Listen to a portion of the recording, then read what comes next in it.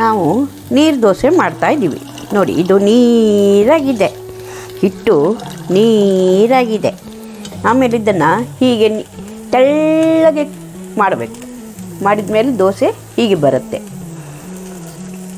ಇದಕ್ಕೆ ನಾನು 1 ಪಾವು ಬೆಳ್ತಿಗೆ ಅಕ್ಕಿ 1 ಅವರ್ ನೆನೆಸಿದ್ರೆ ಸಾಕು. ಒಂದು ಅರ್ಧ ಅಂದರೆ ಕಾಲು ತೆಂಗಿನಕಾಯಿ ಹಾಕಿದರೆ ಸಾಕು, ತುಂಬ ಏನು ಬೇಕಾಗಿಲ್ಲ. ಇದನ್ನು ನುಣ್ಣಗೆ ರುಬ್ಕೋಬೇಕು. ಆಮೇಲೆ ಇದನ್ನು ನೀರು ಥರ ಹಾಕ್ಕೋಬೇಕು. ನೋಡಿ ಎಷ್ಟು ಚೆನ್ನಾಗಿ ಬರುತ್ತೆ ನೋಡಿ. ನೋಡಿದ್ರಾ?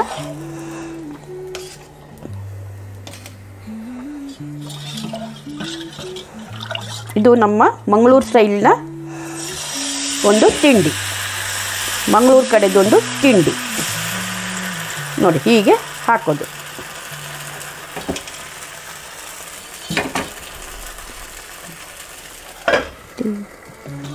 ಈಗ ನೋಡಿ ದೋಸೆ ಹೇಗೆ ಹಾಕೋದು ಅಂತ ಹೇಳ್ತೀನಿ ನಾನು. ಕಾವಲಿಯಲ್ಲಿ 1 ಸೌಟು ಹಿಟ್ಟು ತಗೊಂಡು ಇದನ್ನು